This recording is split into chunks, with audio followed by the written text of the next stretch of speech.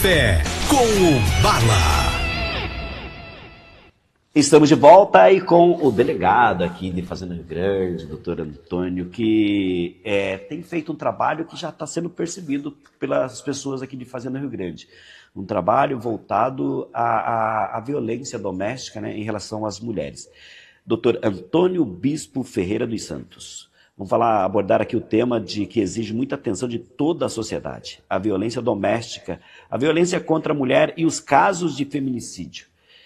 Aqui em Araucária, né, quantos feminicídios já tivemos, né? E poderia ser evitado. Para a gente ajudar a entender um pouquinho a realidade e orientar a população, recebemos o delegado de Polícia Civil aqui de Fazenda Rio Grande, Antônio Bispo Ferreira dos Santos, especialista em combate a esse tipo de crime e também que acompanha aí de perto as investigações e as proteções às vítimas aqui do município de Fazenda Rio Grande. Doutor Antônio, seja muito bem-vindo ao nosso café aqui. Obrigado. Bom, para a gente começar, doutor, como que o senhor avalia o cenário da violência doméstica aqui em Fazenda Rio Grande nesse momento? Olha, eu cheguei aqui em Fazenda Rio Grande esse ano e nós tínhamos passado um período sem feminicídio aqui em Fazenda Rio Grande, 2 anos sem feminicídio. E infelizmente já tivemos um feminicídio consumado esse ano. Então nós temos percebido que mesmo que tenhamos um período sem violência doméstica grave, não se sabe quando isso vai acontecer. Foi o caso que aconteceu agora, recentemente, de um feminicídio consumado. É um crime muito complicado, porque não tem como a polícia evitar esse tipo de crime, né? Porque está entre 4 paredes, não, doutor? Geralmente é um crime cometido no âmbito familiar, então a proteção à mulher nesse sentido é muito mais difícil, né? Pode acontecer quando o casal está numa discussão familiar e a polícia não está lá.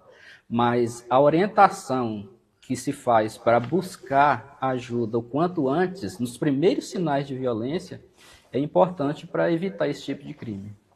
Logo no início. Sim. Doutor, a gente sabe que tem a doença da questão da depressão, ela não escolhe classe. Né, pobre, rico, não escolhe quem que está nessa, né, vai pegar essa doença. Feminicídio também não, né? Que pode ser o pobre, pode ser o rico, está em todas as camadas da sociedade. Todas as mulheres estão sujeitas a serem vítimas de violência. É claro que a violência contra a mulher, o tipo de violência depende um pouco da idade. O que nós temos percebido? Que as mulheres solteiras, que vai de 0 a 19 anos, tem uma maior incidência de violência doméstica nesse período. E essa violência doméstica ela diminui um pouco a partir do momento que se casa.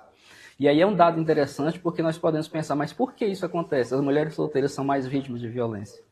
Mas é porque quando a jovem está solteira em casa, ela está sujeita ou está exposta a uma maior quantidade de número de violentadores, pode ser os pais, tios, primos, etc. E quando o caso geralmente fica no âmbito familiar e essa violência tende a diminuir.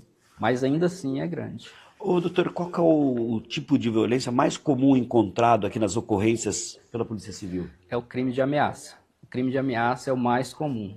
Geralmente numa discussão pode surgir palavras como eu vou te pegar depois, eu vou te fazer algum mal. Então esse tipo de crime de ameaça é o mais comum. Geralmente o crime, ele não começa já pelas vias de fato ou uma agressão propriamente dita com lesão. Começa por ameaça e vai evoluindo até chegar numa violência mais grave. Ô, doutor, tem que cuidar o homem também dessa questão da violência quando dá uma medida protetiva para a mulher. Precisa tratar a cabeça do homem também? A polícia faz isso? Não sei nem se eu fiz uma pergunta idiota, né? Porque como que a polícia vai cuidar disso, né? Mas, assim, de repente, médicos, alguma coisa para tentar falar para o homem que o que ele está fazendo não é correto? Sim. A Polícia Civil participa de várias operações, vamos dizer assim, né? A nível nacional e a nível estadual. A nível estadual tem uma operação chamada Operação Vida. E dentro da Operação Vida nós temos a Operação Mulher Segura. E um dos quesitos da Operação Mulher Segura é fazer palestra de homem para homem. Ou seja, são palestras direcionadas a homens sobre violência doméstica. Além disso, quando é deferida a medida protetiva, o Poder Judiciário pode determinar que esse agressor passe por uma aula, vamos dizer assim, sobre não violentar as mulheres. É mais ou menos igual a questão de quando você tem um problema com a carteira de motorista, a carteira foi suspensa, você vai ter que fazer a reciclagem. Exatamente. É mais ou menos isso. Exatamente. Meu Deus, que triste, né? Ô, doutor, muitas pessoas acreditam que a violência doméstica é apenas a agressão física. Quais outras formas de violência aí a lei reconhece? Olha, a lei reconhece vários tipos de violência. Nós temos a violência física, que é a mais comum, né, que as pessoas geralmente percebem, mas tem violência psicológica também. Tem violência vicária agora, recentemente. Em 2016 foi incluída na lei a violência vicária, que é aquela violência praticada contra um familiar ou contra alguém que está próximo à mulher para atingir essa mulher. Já teve caso no Brasil de que o homem matou o filho comum do casal para atingir a mulher. Depois ele cometeu suicídio. Mas é um tipo de violência, violência vicária. Então nós temos violência sexual, violência psicológica, violência moral. Tem vários tipos de violência, mas às vezes esse tipo de violência ele passa despercebido. Por exemplo, a mulher está em discussão em casa com o marido e ele xinga ela de alguma palavra de baixo calão. Isso é um tipo de violência. Só que geralmente não é percebido como violência, vai ser percebido quando surgir uma lesão corporal, por exemplo. Aproximadamente 20 anos atrás, eu estava na frente da sua delegacia ali e uma mulher me procurou para que a polícia cumprisse o mandato de apreensão em relação ao marido dela que estava com a pensão atrasada. Isso na sexta. Na segunda-feira, a polícia foi, ele tinha uma medida protetiva, tinha lá que são ordem de prisão contra ele, a polícia foi e realmente prendeu ele. Mas na segunda-feira, ela estava lá chorando e pedindo, pelo amor de Deus, para soltar o marido dela, que era o amor da vida dela, e ela não vivia sem ele, né? Esse caso é comum, doutor? Muito comum. A violência, quando acontece no âmbito familiar, os nervos estão à flor da pele e a mulher vai até a delegacia e solicita a medida protetiva. Só que depois a situação se acalma e psicologicamente essa mulher está vinculada ao agressor. Já conviveram ali muitos anos, então não é assim que se desfaz de uma vez. Então ela geralmente volta para retirar a medida protetiva. É muito comum uma mulher pedir para retirar a medida protetiva. A lei não permite mais isso. A lei endureceu esse quesito para dizer que ela precisa estar consciente de que quer retirar a medida protetiva e passar por uma audiência específica para esse fim. E existe um prazo determinado, ou seja, ela pode perder, inclusive, esse prazo para retirar a medida protetiva. Mas é muito comum, viu? A mulher querer desistir. Só que o que nós orientamos? Olha, se você quiser retirar a medida protetiva, tudo bem, pode. Mas você pode solicitar quantas vezes for necessário. A gente sempre deixa essa porta aberta para a mulher retornar e solicitar quando necessário. Ô, doutor, e quais sinais que a gente pode perceber assim que a mulher está vivendo um relacionamento abusivo? Os familiares podem perceber isso. Por exemplo, a mulher para de frequentar determinados lugares onde os familiares estão. Isso pode ser um indicativo, porque para controlar a mulher, um dos princípios é esse, né? Retirar ela do convívio social. Outra questão é a mulher chega machucada, pergunta o que foi, ela fala, não, eu caí da escada, eu bati no armário, etc. Começa a dar respostas evasivas, é comum que esteja passando por situação de violência doméstica. O pessoal da saúde, eles são treinados para identificar esse tipo de coisa, né? A mulher chega lá com a queixa, falando que foi alguma coisa, mas as pessoas que trabalham na saúde estão preparadas para identificar e falar, olha, isso aqui parece ser violência doméstica e encaminha para a delegacia. Eles, sem autorização da vítima, eles encaminham para a delegacia porque eles entendem que está tendo uma violência ali, né? E assim, tem um ditado popular, né? Em briga de marido e mulher, ninguém se mete a colher. Mete assim. A lei mudou. Sim. Inclusive, parece que nos condomínios, os síndicos são obrigados a... Como que funciona isso, doutor? É tipo uma informação compulsória para a polícia a partir do momento que você toma conhecimento de uma situação que pode configurar violência doméstica. Então, síndicos, escolas, hospitais têm que informar a polícia sobre isso. Muito bem. Bom, por que as vítimas ainda encontram dificuldade de denunciar os seus agressores? É talvez aquele caso que a gente falou, que ela tem uma esperança, mas né? São várias situações. O sistema da violência doméstica é complexo.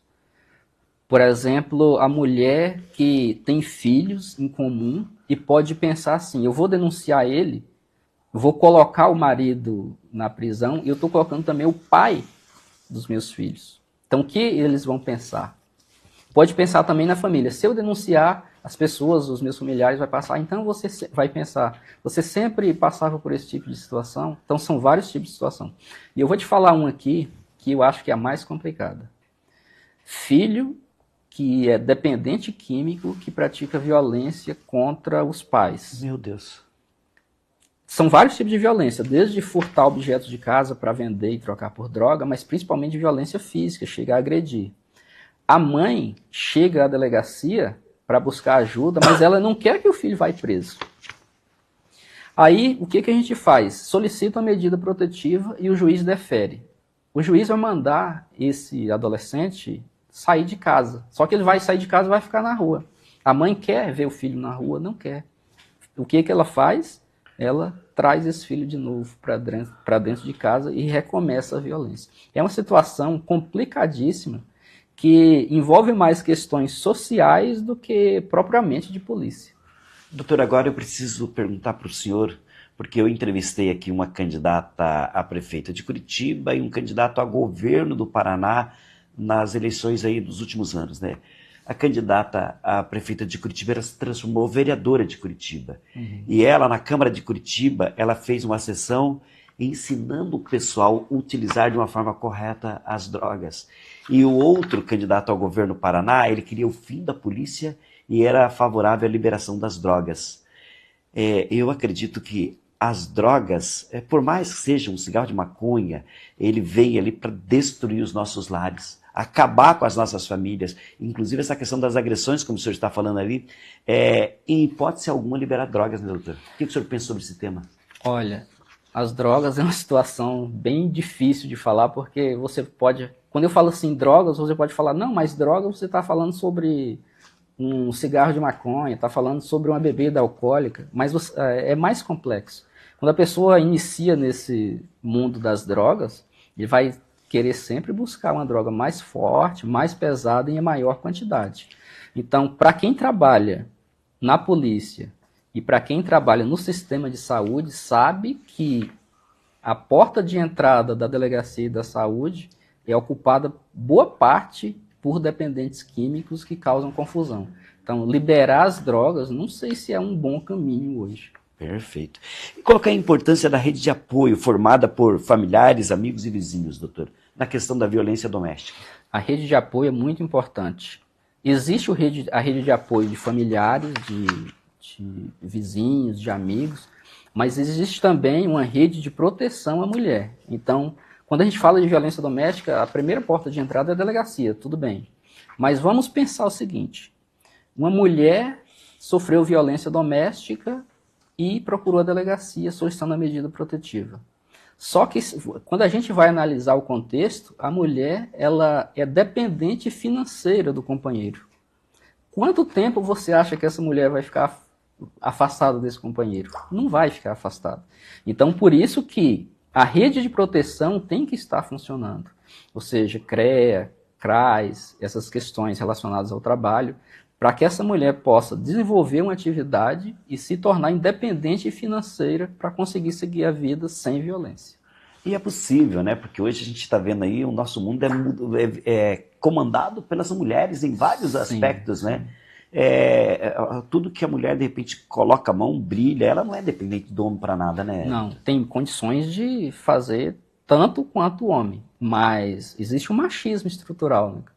Que percebe as mulheres sempre como mais frágeis, como sem condições de estar nesse mercado, vamos dizer assim. Mas eu posso confessar para o senhor que se eu não tivesse aquela do meu lado ali, meu Deus do céu. Olha, uma declaração de amor, né? Ao vivo. Não, hoje é o aniversário dela, né? Hoje, meu Deus do céu. Parabéns, então. Inclusive, o meu caminho era bem tenebroso, né? Apareceu ela na minha vida há 35 anos atrás e glória a Deus. Olha, eu estou acompanhado da minha esposa também.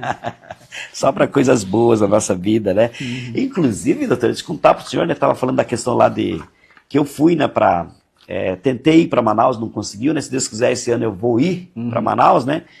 E eu tinha dificuldade, de repente, será que ela vai se adaptar? Se adaptou muito bem, fez muito bem o nosso passeio ali, se Deus quiser. Viajar sempre é bom. O meu sonho, né, passar a 319 lá, né, principalmente se estiver chovendo, vai ficar, empurrar a Kombi atolado. Você nunca viveu essas situações, né? Já, muito. Já viveu? Muito. Ô, doutor, há quanto tempo, na verdade, assim, quando a mulher precisa de uma medida protetiva? Eu fiz um levantamento recentemente e descobri que o nosso estado, o Paraná, é o terceiro estado que mais agride mulher no Brasil. Sim. Há quanto tempo leva para uma mulher conseguir uma medida protetiva? Geralmente, quando a mulher bate a porta da delegacia lá e solicita a medida protetiva, nós temos 48 horas para enviar esse pedido ao juiz. O juiz, nesse mesmo prazo, também vai conceder a medida ou negar, dependendo da situação. Então, é relativamente rápido. Só que vamos pensar o seguinte, a violência está acontecendo, o agressor está ameaçando a vítima. 48 horas depois pode ser um tempo que grande. Ela já morre, né? Grande. Então, quando a gente fala que o tempo é pequeno para um sistema de justiça que em 48 horas solicita e mais 48 horas é concedido, porque processo pode levar 2, 3 anos. Então a gente fala que é rápido nesse sentido. Mas para quem está sofrendo a violência, esse tempo é uma eternidade. Inclusive, né? Por que é importante a medida protetiva? Porque ela foi agredida, foi vítima de feminicídio. Ela tinha um boletim de ocorrência, alguma coisa? Não tinha. Então, por isso que é importante, né, ter sempre essas denúncias. Porque além a medida protetiva é o seguinte, o juiz determina várias coisas, como, por exemplo, que o agressor não se aproxime da vítima, não entre em contato com ela, é proibido de frequentar determinados lugares que a mulher pode ser encontrada e etc. Mas tem uma questão importante que às vezes não é mencionada. A partir do momento que o agressor toma conhecimento dessa medida protetiva e ele descumpre, ele comete um outro crime que está na Lei Maria da Penha. Então agora ele pode ser preso em flagrante por descumprimento de medida protetiva. Perfeito. Então é importante que a mulher solicite. E quando que um feminicídio, quando que um homicídio passa a ser considerado um feminicídio? Muita gente confunde isso aí, né? Se uma mulher morreu de homicídio, já pensa logo em feminicídio, mas não. O feminicídio, para entender ele como feminicídio, tem que estar relacionado a uma questão de gênero ou uma questão íntima, né? Por exemplo, a mulher precisa morrer nesse cenário pelo fato dela ser mulher. Vamos comparar duas situações aqui. Uma briga de trânsito. Um homem está no trânsito, brigou com uma mulher e matou ela. É feminicídio? Nem sempre. Às vezes ele poderia fazer isso com um homem, inclusive. Então Perfeito. Não é feminicídio. Agora, uma briga de vizinhos em que o vizinho fala, olha, você é mulher, por isso você é inferior e eu vou te matar. Aí é feminicídio. Então, nem sempre o feminicídio está relacionado a questões domésticas e familiares. É o mais comum, claro. Por exemplo, a maioria entre 8, quase 9 a cada 10 crimes cometidos contra mulheres é por pessoas do entorno. Doutor, tem uma amiga minha aqui de Araucária que ela vivia um relacionamento tóxico e ela percebeu que ela poderia morrer se ela continuasse com esse companheiro.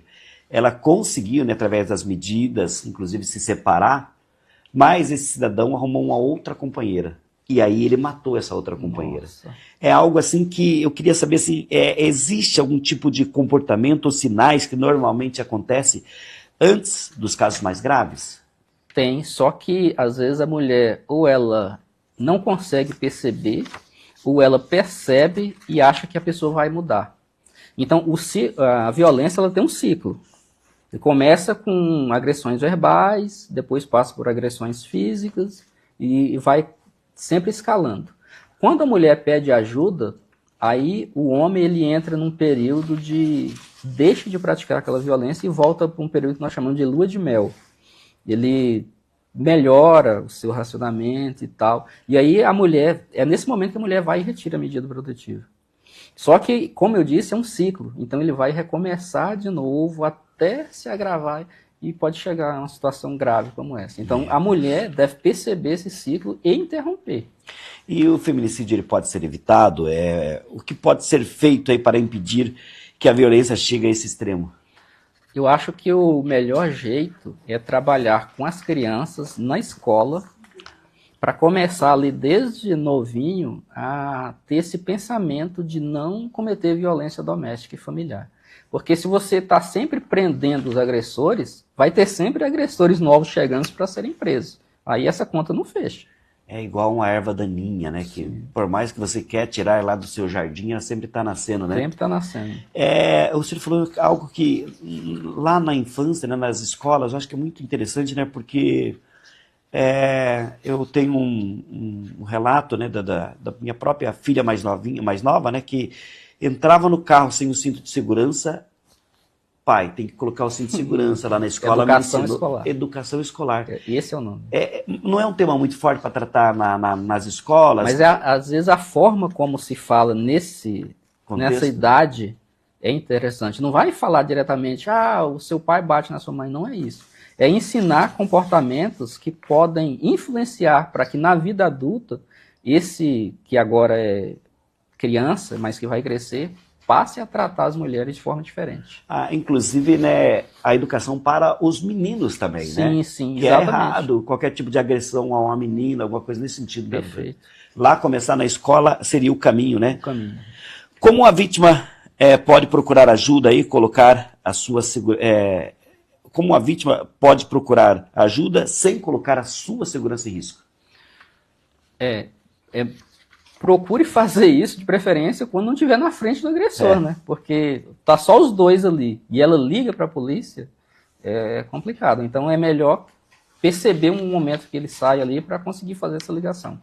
Mas se a violência estiver ocorrendo, o que nós recomendamos? Ligue para a Guarda Municipal ou para a Polícia Militar, que eles têm viaturas na rua, conseguem chegar mais rápido. Se já ocorreu essa situação de violência e ela quer procurar ajuda, procure a Polícia Civil, que nós estamos lá para ajudar da melhor forma possível.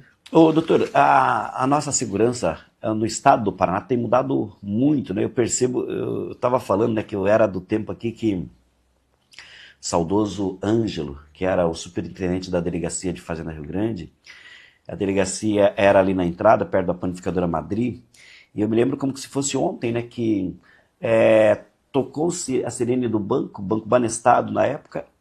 Era sempre normal, né, tocar, disparar, porque eles vieram atender a ocorrência e de repente deram de frente com os assaltantes de fuzil que acabou matando esse policial, o Ângelo, né?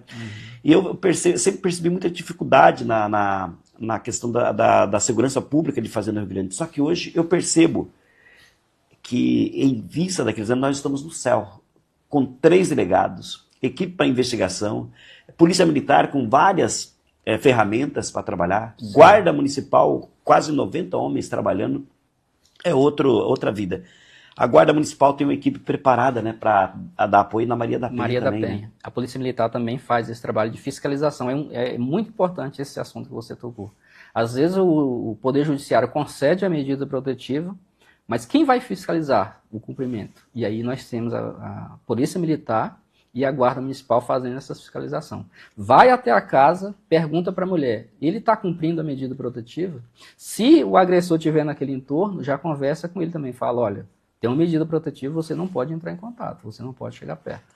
Isso tem funcionado bastante. E como que funciona esses homens que atendem essas mulheres? Eles passam por cursos também? Porque a gente sabe da questão da vulnerabilidade da mulher, que de repente chega um homem para atender a mulher, porque não sei lá o que, tem todas essas questões. Os agentes de segurança são preparados para isso? São preparados.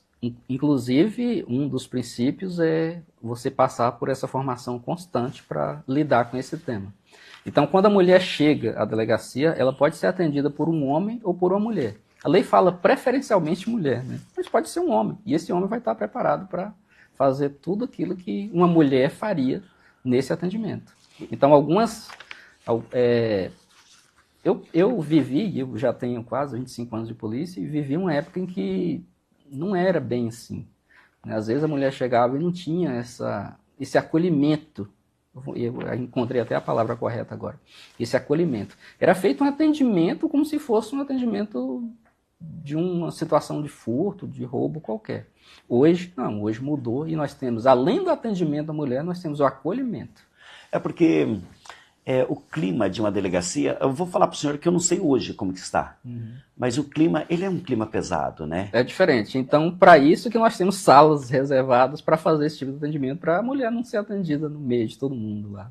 Perfeito. Então, o senhor está falando que tem esse... Sim. Então, é uma notícia muito boa, né? No passado, aí eu fiz uma comparação, nós temos aqui São Bento do Sul, dá uns 100 quilômetros daqui, é um município, já é um estado de Santa Catarina. E eu queria fazer, né, uma comparação de quantos homicídios em Fazenda Rio Grande e quantos homicídios em Santa Catarina, né? Aqui nós estávamos no ano com quase 80 homicídios durante o ano. Hoje eu acho que caiu bastante esses números, né? Aí chego lá na delegacia de São Bento do Sul para perguntar, né, quantos presos tinha na delegacia, quantos homicídios tinha lá na cidade. Aqui, quase 80, chego lá, eu sou atendido por um rapaz que diz assim, bom dia, o que eu posso ser útil, né? Eu estranhei, estou na loja de sapato, né? Daí que o atendimento era diferente. Daí eu sou repórter, estou fazendo uma pesquisa, queria saber quantos homicídios aconteceu. Deixa eu ver, acho que teve 3, né? 3. Daí eu falei, quantos presos tem na delegacia? Ele, preso? Delegacia é presídio, né? Preso é presídio, não é delegacia, Mudou, né? Isso. As delegacias eram cheias de presos, os presos ficavam na delegacia.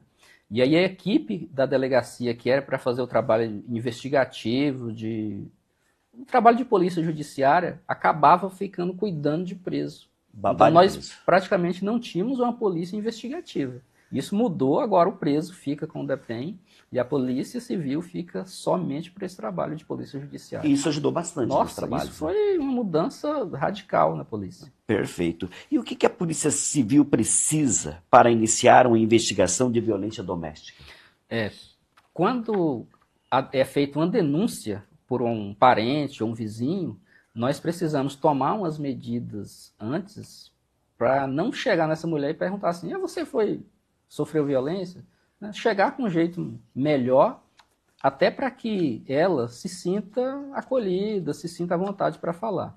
Mas quando essa mulher vai diretamente na delegacia, o trabalho já é feito ali, já registramos o boletim de ocorrência, solicitamos medida protetiva se ela quiser, já iniciamos um inquérito policial para ouvir as testemunhas, juntar a maior quantidade de provas possíveis e depois ouvir o agressor. Ô, doutor, a polícia trata com muita discrição crimes de violência doméstica, abuso sexual, né? Inclusive, uma vez também eu percebi que tinha um caso de uma mulher que denunciou o marido porque ele estava abusando da filha, mas na verdade ela queria reatar o namoro e como ele não voltava, daí ela queria castigar. Nossa. É muito sensível esses casos de... Muito sensível, muito sensível. Temos que analisar com calma para não tomar um partido ali de uma vez e já querer condenar, vamos dizer assim, o agressor. Né? Por isso que tem que ser feito esse trabalho de investigação corretamente para que só chegue no indiciamento, por exemplo, se eu realmente tiver fundamento. Doutor, eu quero mudar um pouquinho de assunto só para entender um pouquinho aqui, porque eu estava analisando um caso de uma denúncia, né, que ainda está em segredo, em relação à iniciação sexual de crianças, 12 anos em hipótese nenhuma. Abaixo de 14 é crime. Aí, mesmo que a mãe permita, o pai permita? Mesmo que a mãe permita, é crime. Estupro de vulnerável. Estupro de vulnerável. Agora, se completou 14 anos, aí nós temos que avaliar a situação, porque mesmo depois de 14 anos pode haver uma vulnerabilidade. Por exemplo, os dois saem e a mulher fica embriagada. Ela fica sem condições de consentir com a relação sexual. Nesse caso também pode ter estupro de vulnerável. Perfeito. Bom, o que o senhor diria para uma mulher que está sofrendo violência doméstica, mas ainda tem medo de denunciar? Denuncie. Procure a polícia, faça essa denúncia. Nós entendemos que, às vezes, o medo pode ser por várias situações que nós já conversamos aqui, sobre dependência financeira, dependência emocional, medo também acontece. O cara ameaça, fala, se você não denunciar, eu vou te matar. Então, denuncie, procure, e depois continue procurando outros órgãos. Não venha só na polícia e faça essa denúncia, porque às vezes ela vem só na delegacia de polícia, mas como eu disse, ela não tem condições de sustentar sozinha. Então ela precisa procurar, por exemplo, a Secretaria da Mulher para que a Secretaria da Mulher consiga auxiliar ela a procurar a ter uma renda financeira para continuar afastado desse agressor. Perfeito. Então nós temos toda uma rede de proteção aqui em Fazenda Rio Grande para isso. Muito bom. Ô, doutor, como os homens, familiares e a comunidade pode contribuir para combater a violência aí contra a mulher? Principalmente educando os filhos, né? Educando os filhos a respeitar Vem as mulheres. de berço, né? E depois, se perceber que um filho, um parente está sofrendo violência doméstica, procure conversar com essa pessoa e falar, olha, você, pelo que eu pude perceber aqui, está sofrendo violência doméstica. Se você continuar nesse relacionamento, pode ser que isso se agrave. Então, procure ajuda. E aí essa pessoa vai dizer, olha, aconteceu realmente isso e isso. Às vezes a pessoa está mudando e tal, mas sempre deixar esse alerta. Falar, olha, a violência doméstica é um ciclo e ela vai escalando. Doutora, toda a nossa sociedade tem que participar disso? Eu observo aqui que o Conselho da Comunidade é muito ativo, nesses temas, né? CRAS, CREAS, todos, tudo faz parte. É uma rede. É uma rede. E agora você está falando também que, se ela vai com os enfermeiros, perceber alguns detalhes também? Também já tem que comunicar. Está mudando bastante isso aqui, bastante. Né? Esse título de terceiro estado que mais agride mulheres, a gente quer perder logo. Queremos perder. É isso daí. Dependendo da Polícia de Fazenda Rio Grande. Eu queria que o senhor deixasse aqui uma mensagem aqui para quem está nos ouvindo sobre esse tema. Ela passou, né, o mês passado, que era o Maio Laranja, se não me engano, mas é que nem questão o mês da mulher. É todo mês, a gente tem que pregar e todo mês tem que estar atento a esse tema, né, doutor? Sempre tem campanhas educativas sobre violência doméstica e familiar contra a mulher. Então, agosto vai ter o Agosto Lilás, que é voltado para cumprimento de medidas protetivas, mandados de prisão, palestras sobre violência doméstica e familiar contra a mulher. Então, está tendo sempre esses movimentos, que é um tema muito em voga, muito atual, né? Violência doméstica e familiar contra a mulher. Chama muita atenção. Então, nós temos também parcerias com deputados que estão sempre falando sobre o tema, e isso ajuda muito. Perfeito. E vocês da imprensa, né? É o nosso papel, né? Fundamental, né? Doutor, eu queria que o senhor falasse um pouquinho do senhor. Por que o senhor escolheu ser policial? Olha, faz um tempinho já que eu sou policial, né? Comecei no Exército, entrei pro Exército, e quando eu saí já falou, não, é nesse ramo aqui que eu quero seguir, ser policial. Aí passei para agente de polícia civil, lá no Acre, fiquei 14 anos e pouco como agente de polícia, e depois passei para delegado aqui no Paraná. Então é uma profissão que eu praticamente só sei fazer isso durante a vida inteira. Mas e a diferença do clima? O Acre é muito quente. Muito quente. Rondônia também é bastante quente, né? Olha, menos um pouquinho do que Mato Grosso, né? A esposa se adaptou perfeitamente ao clima do Paraná. Muito bom. A minha esposa, ela falou assim, não, Deus falou que eu tenho que morar em Curitiba, que é um clima que eu gosto, né? Então, lá de Cuiabá, não tem jeito não, porque é muito quente, né? O norte, no geral, é quente. Mas tanto o Acre quanto o Amazonas e o Rondônia são um estado maravilhoso, né? Sim. Eu tive a oportunidade de passar por ali, assim, meu Deus do céu, que lugar sensacional. Cada estado tem a sua peculiaridade, né? No Acre, por exemplo, ele tem muita área de floresta ainda, então para quem quer esse contato com a natureza, é perfeito. Isso daí. Muito obrigado pela entrevista. Eu que agradeço a oportunidade de estar falando sobre esse tema, né? Agradeço a população fazendense que tem recebido com bastante carinho isso aí. Foi uma honra receber o senhor aqui. As nossas portas vai estar sempre abertas. A nossa jornalista Cláudia, né, vai estar sempre fazendo um contato aí para a gente poder ajudar a difundir esse caso, né, e lutar para que... Eu sei do trabalho da deputada... ai, meu Deus do céu. Ela fugiu o nome dela, que era secretária da Mulher do Paraná, e ela faz um trabalho fantástico, né, nesse tema, né? Então, é sempre importante. Casa da Mulher... Eu estive em Rio Branco do Sul, a prefeita que pegou um caso de corrupção, né, de um dinheiro que entrou, construiu uma casa para a mulher, um CRAN, que é muito importante. Araucária tem um CRAN, né, sempre para poder dar o apoio à mulher. Foi uma honra. É claro, só para finalizar aqui, é claro que o senhor já sabe, mas só para reforçar, Fazenda Rio Grande foi contemplada com a Casa da Mulher Fazendense. Isso, da Casa da Mulher Brasileira, que aqui vai ser a Casa da Mulher Fazendense. Muito bom, que vem aí para dar o apoio às nossas mulheres. Muito obrigado. Meus amigos,